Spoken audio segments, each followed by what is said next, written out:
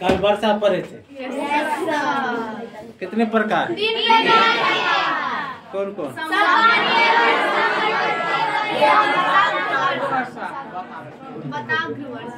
Clear हो गए? अब इस चीज को समझिए। कल समझे हुए थे, कल बताए थे एक शब्द आर्द्रता, नहीं नमी। वह नमी जो है, यह आर्द्रता जो है, वह किसको कहते हैं पता है? जब वायु में जल की मात्रा आ जाए तो उसको हम क्या कहते हैं? आर्द्रता। और यही आर्द्रता के कारण क्या हो जाता है? वर्षा होती है। यह आर्द्रता के कारण क्या होता है? वर्षा होती है। अब जहाँ पर ज्यादा वर्षा होगी, आर्द्रता कम की ज्यादा।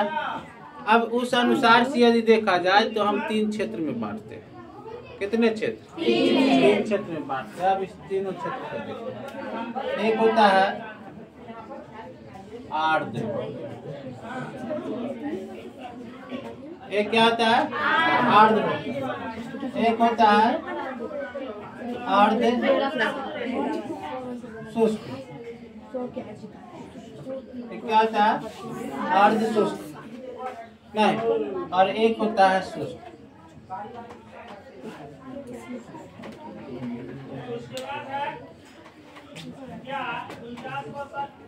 एक क्या होता है? शुष्क।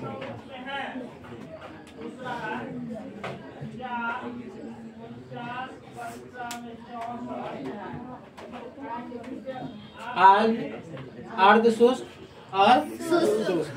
अब इसको इस तरह से समझिए।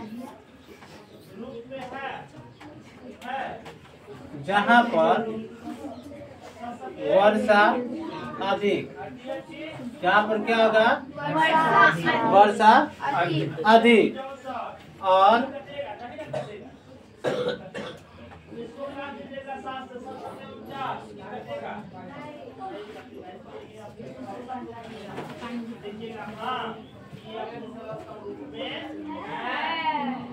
आर्द्र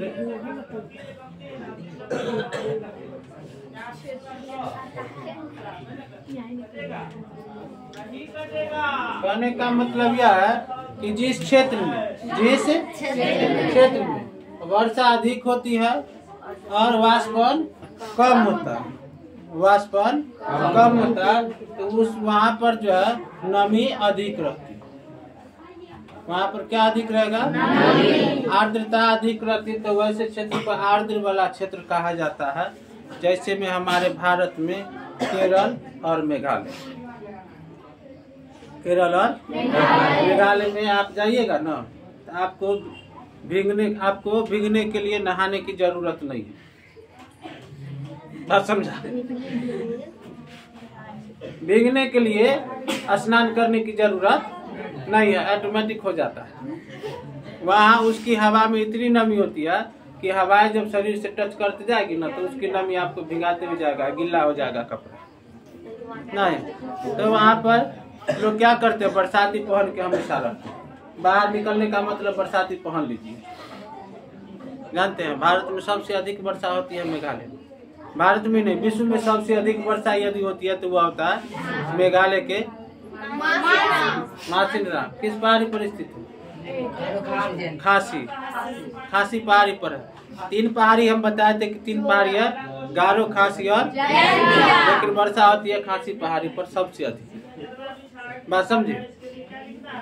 यह आर्द्र वाला क्षेत्र समझ में आ गया? नहीं, ये आर्द्र शुष्क किसको कहते हैं जानते हैं? ये वाला यह किसको कहेंगे? आर्द्र शुष्क वह होता है जहाँ पर वर्षा कम और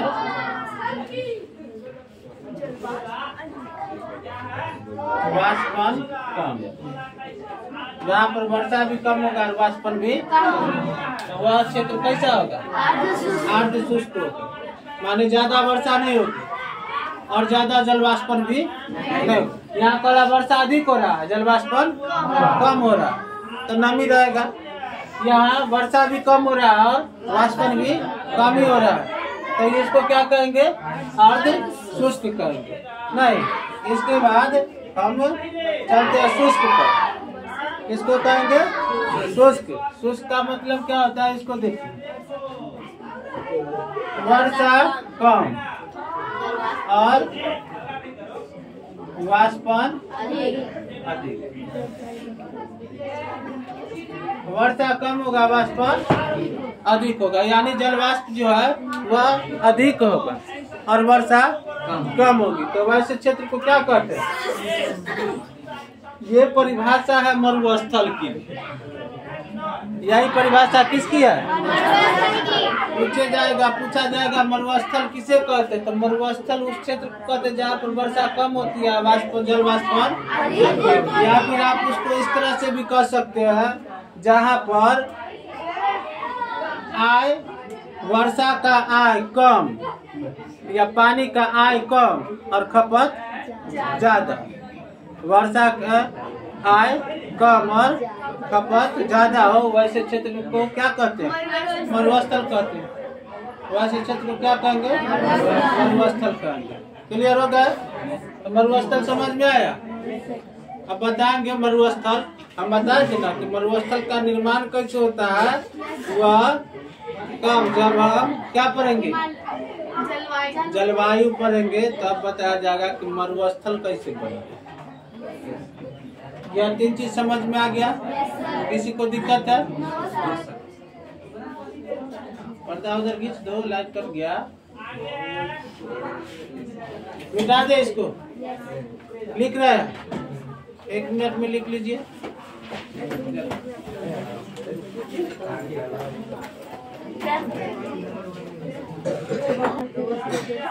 मिटा देते हैं।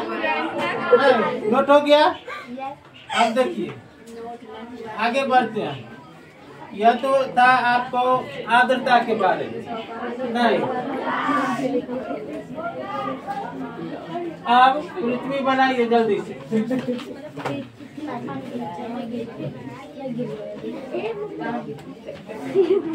जल्दी से पृथ्वी बनाइए।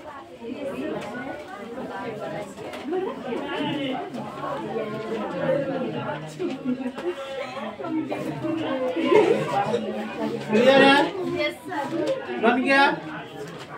अब देखो, इसको हम बांटते हैं। कौन सी रेखा? कितना डिग्री? 0 डिग्री। और इसके बाद एक आपका यह रेखा,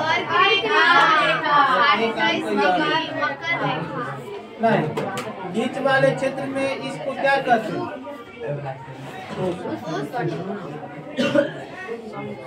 उष्णकटिबंध हो गया। नहीं, एक आता है आपका यहाँ, नहीं, यह आ गया। मान लीजिए, मानना नहीं है,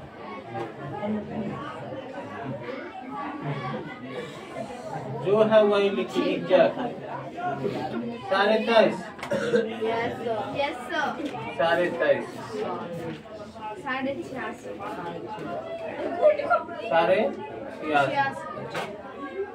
86? यहाँ पर हवाओं का गति। अब हम लोग हवाओं के बारे में पढ़ रहे हैं। आप लोग यह जानते हैं कि पृथ्वी अपने अक्ष पर 23.5 डिग्री झुकी हुई। यह भी ठीक है। और वह उस पृथ्वी में 2 प्रकार की गतियाँ होती है, एक घूर्णन गति और एक परिक्रमण गति। यह चीज क्लियर है? अब यह जो घूर्णन गति जो होती है, घूर्णन गति के कारण पृथ्वी पर हवाएं जो है किसी निश्चित दिशा में चलती है। सब जगह पर किसी निश्चित दिशा में चलती है।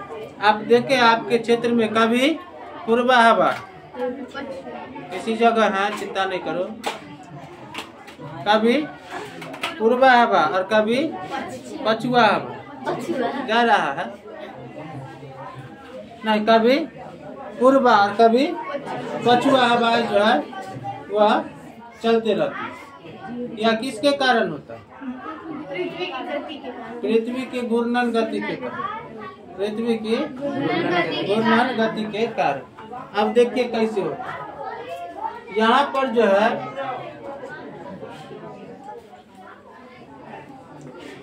देखना है कैसे कैसे होता है, और इसका जो झुकाव है उसके कारण देखिए इस पृथ्वी पर सूरज की लंबवत किरणें जो है वह कहाँ से, यहाँ से लेकर कर यहीं तक पड़ती है। लंबवत किरणें यहाँ से यहाँ तक पड़ती है, जिसके कारण सबसे ज्यादा हीट इस क्षेत्र में रहता है। सबसे ज्यादा हीट यानी सबसे ज्यादा तापमान कहाँ रहता है, इसी क्षेत्र में रहता है, इसलिए इसे गर्म क्षेत्र कहा जाता है या उष्ण कटिबंध। यहाँ पर जो है यहाँ से जैसे ही आगे बढ़ेंगे तापमान कम जाएगा, जैसे और आगे बढ़ेंगे तापमान और कम जाएगा। इधर भी तापमान कम जाएगा, यहाँ भी तापमान और कम जाएगा। क्लियर है? अब यहाँ पर ऐसे समझिए, सबसे ज्यादा गर्म यह वाला क्षेत्र होगा और सबसे अधिक तो ये वाला क्षेत्र गर्म होगा। जब ये वाला क्षेत्र गर्म होगा तो हवाएं यहाँ से क्या होगी, ऊपर की ओर उठेगी कि नहीं उठेगी? तो जब हवाएं यहाँ से ऊपर की ओर उठेगी तो हवाएं चारों तरफ से इस स्थान को घेरने के लिए, भरने के लिए हवा यहाँ पर आएगी ना, तो यहाँ पर हवाओं का रूप जो है वह देखिए कैसे हो जाता है। इसको कहा जाता है ग्रहीय पवन। इसको क्या कहते हैं? ग्रहीय पवन। यहाँ से हवाएं जो चलेंगी ऐसे चलेंगी।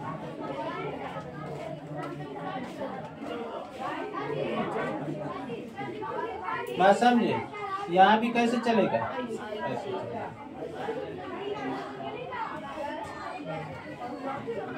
क्लियर? क्यों? हवा यहाँ का गर्म हो रहा है, ऊपर की ओर उठ रहा है, और ठंडी जगह से गर्म जगह की ओर हवाएं जो इस जगह को भरने के लिए दौड़ पड़ी। क्लियर है? अब देखिए इधर क्या है, इधर क्या है, और इधर क्या है।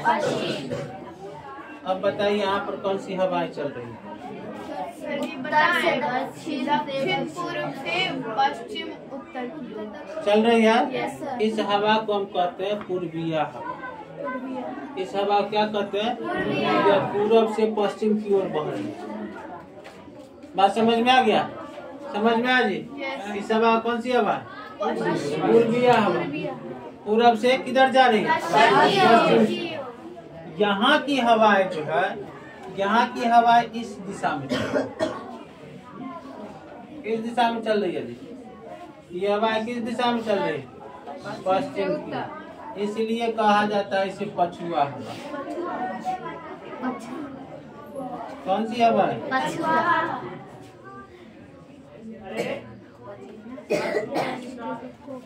पश्चिम से पूरब की। कौन सी हवा? और फिर यहाँ पर जब आएंगे तो यहाँ की हवाएं कैसे चलती है? कौन सी हवा? कौन सी हवा? इस हवा को ध्रुवीय पवन भी कहा जाता है। सबसे ज्यादा ठंडा यही, सबसे ज्यादा ठंडा यही। तो जहाँ पर हवाएं गर्म होकर के ऊपर उठेंगी, जहाँ पर हवाएं गर्म होकर के क्या होंगी? ऊपर उठेंगी नहीं, तो वहाँ आसपास में भरने के लिए चारों तरफ से हवाएं दौड़ पड़ेगी नहीं। इस यहाँ पर जब हम देखते हैं उष्ण कटिबंध में तो इसी तरह की हवाएं चलते रहती हैं। जब हम समशीतोष्ण में जाएंगे, जब हम कहाँ जाएंगे? समशीतोष्ण में जाएंगे, तब हमको यहाँ पर जो हवाएं देखने को मिलेगी वह मिलेगी कौन सी हवाएं? पछुआ हवा। और जब हम उत्तरी ध्रुव या दक्षिणी ध्रुव, उत्तरी ध्रुव या दक्षिणी ध्रुव पर जाएंगे तब हमको यहाँ पूर्वीय हवा देखने को मिलती है। इसे हम ध्रुवीय हवा भी कहते हैं। यह बहुत ही ठंडी हवा होती है। यह कौन सी हवा होती है? बहुत ही ठंडी हवाएं होती है। क्यों? क्योंकि यहाँ पर 6 महीने का दिन और 6 महीने का रात, 6 महीना तक रात रहता है। टेम्परेचर एकदम बिल्कुल शून्य से भी नीचे चला जाता है, माइनस में रहता है नहीं। और वही हवा सोचिए इंग्लैंड में चीन तक आता है वही हवा, कितना ठंडी हवाएं आती होगी अभी के मौसम में। अभी चीन तक आता है, भारत में प्रवेश करता है, लेकिन भारत में जल विभाजन का कार्य जो है कौन करता है? हिमालय। हिमालय जो है उसको आने से रोक देता है नहीं, हिमालय उसको आने से रोक देता है, जिसके कारण भारत में वास्तविक ठंडा जो होता है वो नहीं पड़ता। हमारे यहाँ ब्रिटेन के जो लोग आएंगे या फिर रूस के जो लोग आएंगे या आप समझिए, हाँ, चीन के भी जो लोग आ जाएंगे या इधर जो भी हमारे हिमालय से जो उधर का जो भी देश, मंगोलिया वगैरह हो गया, नहीं, वो सब देश से जो लोग आएंगे तो वहाँ के लोगों के लिए यहाँ पर जब हम जिस समय दिसंबर महीने में बहुत ज़्यादा ऊनी कपड़ा पहन करके, बहुत ज़्यादा यानी गर्म कपड़ा पहन करके जिस समय चलते हैं, उस समय वो लोग आएंगे तो आराम से बनियान पहन के चलेंगे, कोई दिक्कत नहीं है। क्यों? क्योंकि उनकी जो ठंड है उसके मुकाबले हमारे यहाँ का ठंड तो कुछ है ही नहीं। बात समझे? हमारे यहाँ उसके मुकाबले में ठंड जो है कुछ नहीं, इसलिए वास्तविक ठंडा हमारे यहाँ नहीं आता। क्यों? हिमालय ठंडी हवाओं को रोक देता है। पता, खबरदार, पहरेदार खड़ा है। नहीं, भारतवासी सो रहा है, सोने दो। बात समझे? ये हो गया, क्लियर है? देखिए, यह उष्ण कटिबंध, समशीतोष्ण कटिबंध और यह शीत कटिबंध, यह चीज समझ में आ गया। अब यदि इसी जगह पर, इस जगह पर यदि एक देश को फिट कर दिया जाए, नहीं, तो आप यहाँ से देख सकते हैं कि कैसे हवाएं चलती हैं, कैसे हवाएं चलती हैं। अब देखिए, इस जगह पर मान लो भारत बना ही देते है ना जी, भारत यहीं पर ना,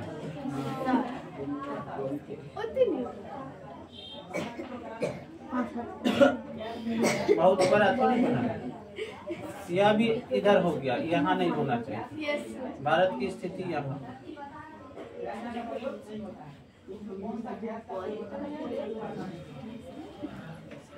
यही ना है, यहाँ पर है भारत नहीं। अब देखिए, भारत में जो हवाएं चल रही है, वह हवाएं कैसे चल रही है? इस तरह से चल रही है हवाएं, तो इस तरह से है। क्लियर हो गया? अब यहाँ पर समुद्र, यहाँ पर क्या है? जब हवाएं ऐसे चलेगी तो स्वाभाविक है कि यहाँ पर वर्षा होगी। क्यों? क्योंकि यहाँ पर समुद्र है। लेकिन यहाँ पर वर्षा है क्या? ये सब में क्या है? ये सब में तो केवल देश है। ये सब में क्या है?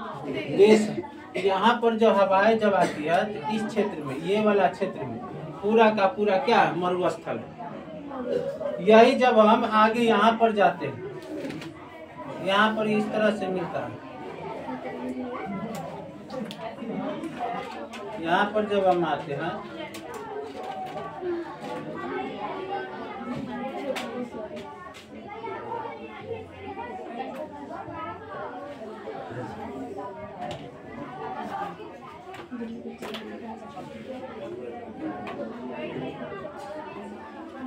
यहाँ पर जब आइएगा ना, यहाँ पर इस तरह से अफ्रीका पड़ता है। अब अफ्रीका में क्या होता है कि यहाँ पर अब देखने योग्य बात यह है कि यहाँ पर जो ये क्षेत्र जो है अफ्रीका का, ये वाला क्षेत्र, यहाँ पर तो कुछ है ही नहीं। यहाँ से जो हवाएं चलती है, यहाँ पर तो समुद्र है ही नहीं। यहाँ की हवाएं तो हवाएं इधर से इधर क्यों आ रही है? हवाएं इधर से इधर क्यों आ रही है? तो स्वाभाविक है कि इस क्षेत्र में क्या होगा? मरुस्थल होगा। क्यों? क्योंकि यहाँ पर स्थल है, स्थल है, स्थल है। नमी मिल नहीं रहा है। नमी, सारा का सारा नमी तो इसका इसी जगह पर खत्म हो जाता है। आगे आगे आएगा, यहाँ तक आएगा ना, इसके बाद इधर से आगे बढ़ते ही नमी क्या हो गया? खत्म हो गया। खत्म हो गया तो इधर जैसे ही बढ़ेगी वह हवा, तो नमी तो है नहीं, तो यहाँ पर वर्षा होगा। यहाँ पर वर्षा ही नहीं होगी, और जब वर्षा नहीं होगा तो आपको लगता है कि यहाँ पर फसल होंगे, अच्छी खासी खेती होगी? नहीं होगी। पूरा का पूरा अफ्रीका मरुस्थल, सबसे बड़ा मरुस्थल, विश्व का सबसे बड़ा मरुस्थल सहारा। कौन सा? सहारा। जानते हैं मरुस्थल जो है 20 से 30 डिग्री के बीच ही होता है। 20 डिग्री से कितना 30 डिग्री के बीच ही मरुस्थल पाए जाते हैं। बात समझे? कितना से 20 डिग्री से 30 डिग्री के बीच ही मरुस्थल पाया जाता है। क्लियर है? अब इस चीज को हम आज नहीं बताएंगे, यह केवल बता दिए हैं। अब कैसे होता है यह अगले क्लास में आप लोगों को बताया जाएगा कि मरुस्थल का निर्माण इस जगह पर कैसे होता है। ये जो पवनें जो चलती है, यह पवन को हम क्या कहते हैं? ग्रहीय पवन। क्या कहते हैं? ग्रहीय पवन। लिख लीजिएगा इसको, ग्रहीय पवन। पृथ्वी के घूर्णन गति के कारण जो हवाएं गतिमान होती है, चलती है, उसको हम क्या करते हैं? ग्रहीय पवन करते हैं। अभी यह ग्रहीय पवन ही केवल बतलाना था। मरुस्थल के बारे में कल आपको पूरा बता दिया जाएगा कि कैसे कैसे मरुस्थल होता है। ठीक है, चलिए आज के लिए इतना है।